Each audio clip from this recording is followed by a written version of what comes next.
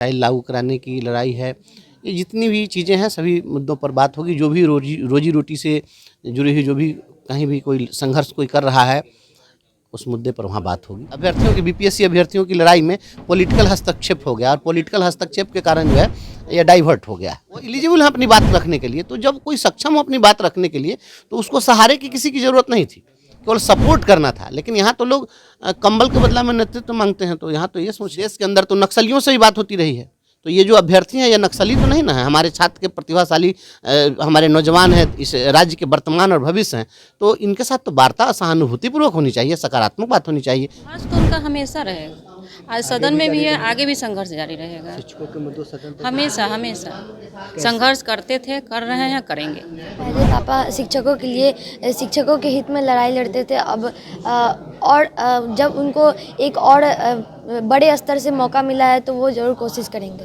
बिहार विधान परिषद के सदस्य बंशीधर ब्रिजवासी हमारे साथ हैं। आपने आज शपथ ली है, सबसे पहले आपको बधाई हो। चलिए, बहुत बहुत धन्यवाद। शिक्षक नेता से विधान परिषद के सदस्य तक का सफर तय कर लिया। विधान परिषद में जाने के बाद भी हम शिक्षक नेता के रूप में रहेंगे। ऐसा थोड़ा है कि विधान परिषद में जाने के बाद शिक्षक नेता हम नहीं रहेंगे। शिक्षकों की लड़ाई हम लड़ते रहे हैं। अब सदन में शिक्षकों की लड़ाई सड़क से उठकर बिल्कुल बिल्कुल सदन के अंदर शिक्षकों की भी आवाज़ उठेगी। जो भी शिक्षित नौजवान बेरोजगार हैं उनकी लड़ाई भी सदन में होगी, उनकी भी आवाज़ उठेगी। जो भी वित्त रहित गुरुजन हैं, अधिवक्ता हैं, पत्रकार हैं, डोमिसाइल लागू कराने की लड़ाई है, ये जितनी भी चीज़ें हैं सभी मुद्दों पर बात होगी। जो भी रोजी रोटी से जुड़ी हुई जो भी कहीं भी कोई संघर्ष कोई कर रहा है उस मुद्दे पर वहाँ बात होगी। शिक्षकों के कई समस्या हैं, समाधान कैसे सबके निकलेगा, सदन में आप आवाज़ उठाएंगे? देखिए, ऐसा है कि समस्याओं का समाधान करना गवर्नमेंट की रिस्पॉन्सिबिलिटी है, विभाग और सरकार उसको करे, लेकिन जो उनकी आवाज़ है वो नहीं दबेगी। एक सदस्य के रूप में मैं उनकी आवाज़ बनकर खड़ा हूँ। समाधान तो मेरे स्तर से नहीं होना है, समाधान तो जिस पार्ट से होना है वहाँ से होगा, लेकिन उपयुक्त फोरम पर आवाज़ वहाँ पर पहुँचेगी और जितनी भी चीज़ें हैं, जो भी समस्याएं हैं, मजबूती के साथ, तथ्यों के साथ, मजबूत तरीके से हम उठाएंगे उसको। आंदोलन के आप उपज हैं, लेकिन बिहार में एक आंदोलन 17 दिनों से चल रहा है। आप भी गए थे 10वें दिन, लेकिन सरकार बात नहीं मान रही है। मुख्य सचिव स्तर से बात भी हो गया है। देखिए, सरकार को इसमें सकारात्मक पहल करनी चाहिए थी, लेकिन जो स्थिति है कि लड़ाई जब होती है, आज तक हम लोग जो भी लड़ाई लड़ते हैं तो कोशिश करते हैं कि उसमें शिक्षकों की जो भी लड़ाई लड़ी गई तो हम लोग यह कोशिश करते थे कि किसी भी पॉलिटिकल पार्टी को या किसी भी पॉलिटिकल फिगर को हम लोग उसको हाईजैक नहीं करने दें।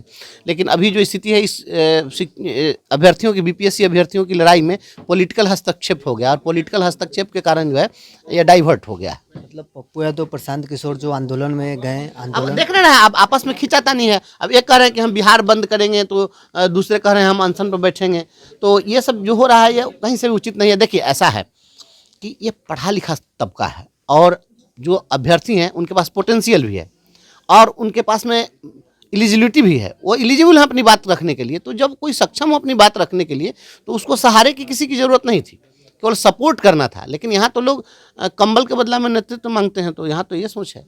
मतलब आंदोलन कमजोर हो गया है नेताओं के घुसने से। बिल्कुल निश्चित रूप से, अगर छात्र अगर स्वतंत्र रूप से लड़ते तो आज मजबूत लड़ाई होती। आज उसको कहीं ना कहीं लोग पॉलिटिकल नजरिए से देख रहे हैं ना।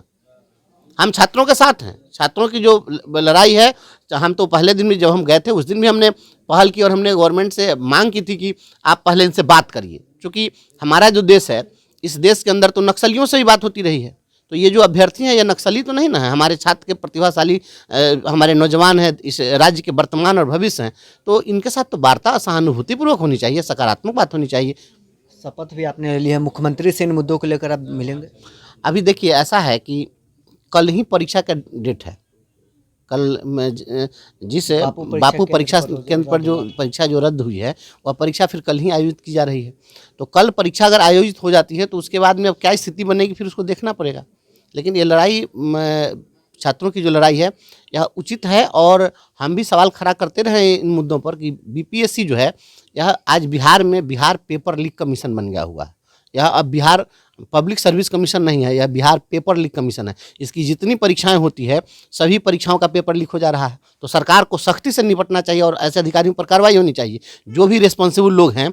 आखिर बिहार में शिक्षक अभ्यर्थी, जब शिक्षकों की परीक्षा हो रही थी तो उस समय में झारखंड में क्वेश्चन रटवाया जा रहा था, बिहार में जब शिक्षक की बहाली हो रही थी तो 3 घंटे विलम्ब से इसलिए परीक्षा ली गई क्योंकि यूपी से आने वाली ट्रेन जो है 3 घंटे विलम्ब थी। तो ये सब चीज़ें कहीं ना कहीं सवाल खड़ा करती हैं। इसलिए सरकार को बीपीएससी पर नियंत्रण रखना पड़ेगा और ये सब चीज़ अच्छी बात नहीं है। पूरे देश के अंदर बीपीएससी की साख गिर रही। सड़कों पर शिक्षक नेता के रूप में आप संघर्ष करते थे, अब वो एमएलसी बन गए हैं, कैसे देख रहे हैं? अच्छा लग रहा है, कितना खुशी है? बहुत खुशी है। मतलब अब संघर्ष करते थे, अब सदन तक पहुंच गए। शिक्षकों संघर्ष तो उनका हमेशा रहेगा, आज सदन में भी है, आगे भी संघर्ष जारी रहेगा। शिक्षकों के मुद्दों सदन तक हमेशा हमेशा संघर्ष करते थे, कर रहे हैं, करेंगे।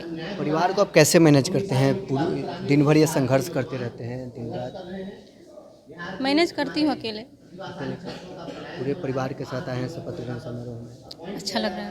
अच्छा लगा। पापा वो एमएलसी बन गए हैं, कैसा लग रहा है संघर्ष करते हैं?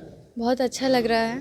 और संघर्ष का जब बात आती है तो संघर्ष पहले भी करते थे, आज भी करेंगे और हमेशा करते रहेंगे। पापा वो एमएलसी बन गए हैं, संघर्ष करते थे, क्या लग रहा है, कितना खुशी है? बहुत खुशी है। और जिस तरीके से पहले पापा शिक्षकों के लिए शिक्षकों के हित में लड़ाई लड़ते थे, अब और जब उनको एक और बड़े स्तर से मौका मिला है तो वो ज़रूर कोशिश करेंगे। तो आगे भी शिक्षकों की लड़ाई जारी जी। रहेगी।